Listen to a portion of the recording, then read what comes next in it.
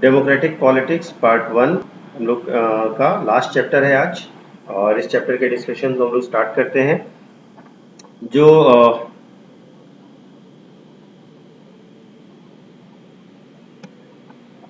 पहला क्वेश्चन है, consider the following statements. 13/8/1990 को ministry of personnel public grievances and pensions ने एक इश्यू ऑर्डर किया था, जिसके अंतर्गत 27% रिजर्वेशन सोशली और एजुकेशनली बैकवर्ड क्लास को दिया गया था। ठीक है, socially and educationally backward classes, इसका मतलब होता है ओबीसी। ठीक है, तो ओबीसी रिजर्वेशन आपको 27% दिया गया 1990 से मिनिस्ट्री ऑफ पर्सनल के ऑर्डर से। ठीक है, prior to this there was the reservation for SC only, नहीं, prior to this there was the reservation for ST also, so the second statement is wrong. The third statement, the socially and educationally backward class is another name for the people who belong to the castes which are considered backward. Yes, it's correct.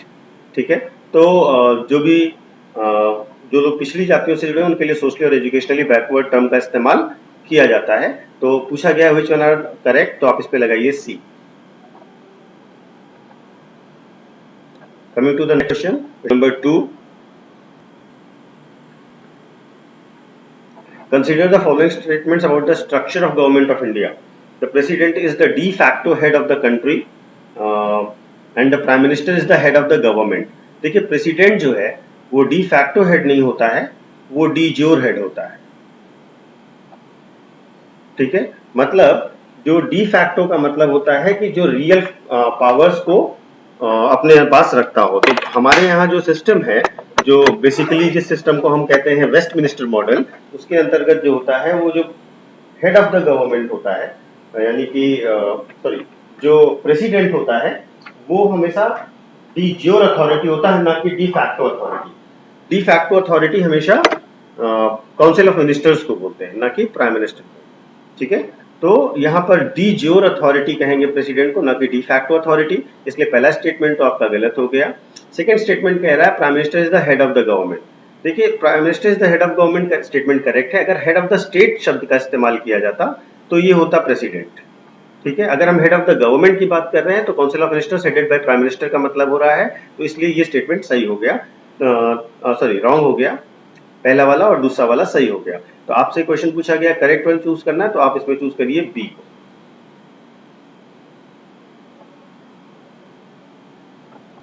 Now come to the question number 3.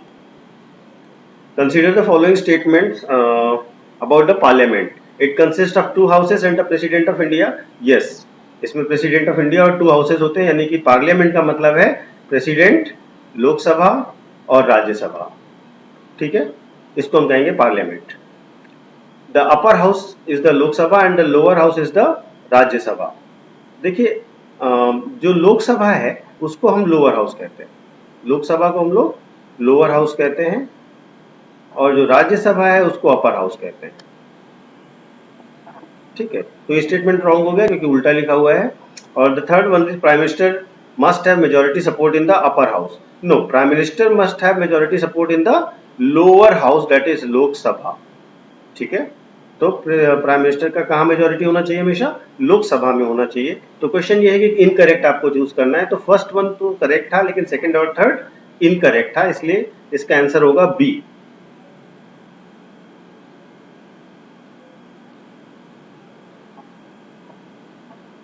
Now come to the question number next, question number 4.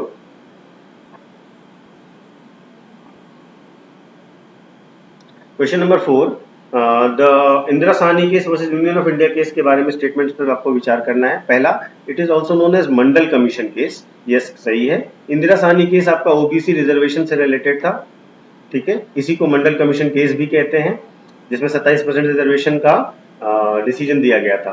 तो supreme court struck down the order of the government as invalid. नहीं, government के order को valid घोषित किया था, इसलिए इसका answer होगा ए। मैंने अभी आपको बताया कि ministry of personnel public grievance का ऑर्डर गवर्नमेंट ने एक्सेप्ट किया, कोर्ट ने एक्सेप्ट किया था। Consider the following statements about the powers of the parliament. Is the final authority to make laws. देखिए, पार्लियामेंट का काम है लेजिस्लेशन। ठीक है, तो ये लेजिस्लेटिव ऑर्गन है गवर्नमेंट का, और इसका बेसिक काम है कानून बनाना। तो ये है। दूसरा statement, it exercises control over those who run the government. Who run the government means council of ministers headed by prime minister. ये किसके लिए आंसरेबल है? पार्लियामेंट के लिए। तो एग्जीक्यूटिव पर कंट्रोल करने का काम पार्लियामेंट का है, ठीक है। The control of all money that government has. तो देखिए जो भी पैसा है वो सब कंसोलिडेटेड फंड में है, और कंसोलिडेटेड फंड से एक भी पैसा निकालने के लिए आपको एप्रोप्रिएशन बिल पास करना होगा, ठीक है। एप्रोप्रिएशन बिल आपको पार्लियामेंट से पास कराए बिना 1 रुपया भी नहीं मिलेगा। इसका मतलब सारे पैसे पर कंट्रोल किसका है? पार्लियामेंट का। It acts as a forum of discussion and for public issues. Yes, जितने भी आपको जनता से संबंधित मुद्दे हैं उस पर डिस्कशन और डिबेट के लिए आपका पार्लियामेंट ही रिस्पॉन्सिबल सदन है। इसलिए आपका नेक्स्ट क्वेश्चन, इसका जो करेक्ट आंसर होगा वो होगा डी। तो 7।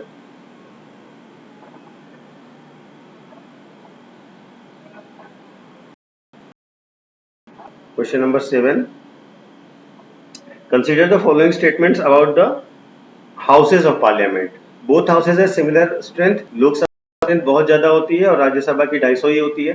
तो 552 के आसपास लोकसभा में मेंबर होते हैं, राज्यसभा में 250 होते हैं। तो सिमिलर स्ट्रेंथ नहीं होती दोनों में, इसलिए पहला स्टेटमेंट आपका रॉन्ग हो गया।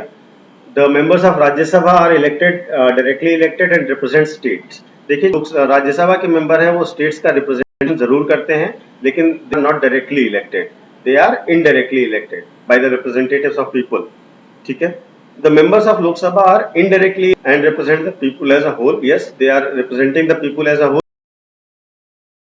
में यानी कि 18 साल से ऊपर का हर व्यक्ति लोकसभा इलेक्शन में वोट डालता है, लेकिन they are not indirectly elected.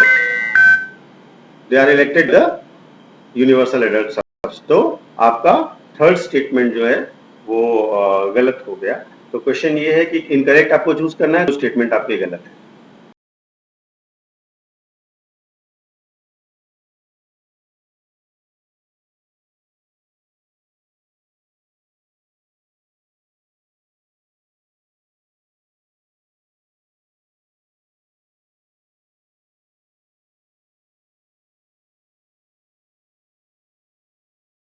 Deadlock की कंडीशन में ज्वाइंट सेशन बुलाया जाएगा प्रेसिडेंट के द्वारा, और जिसकी अध्यक्ष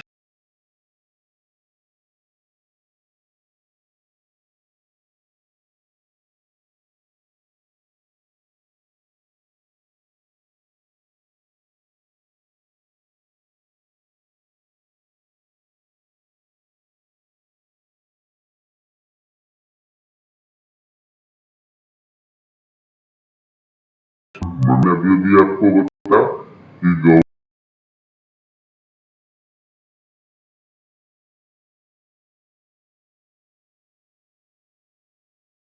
चूज द करेक्ट वंस। तो 1 सही है, 2 सही है और 4, so C will be the answer.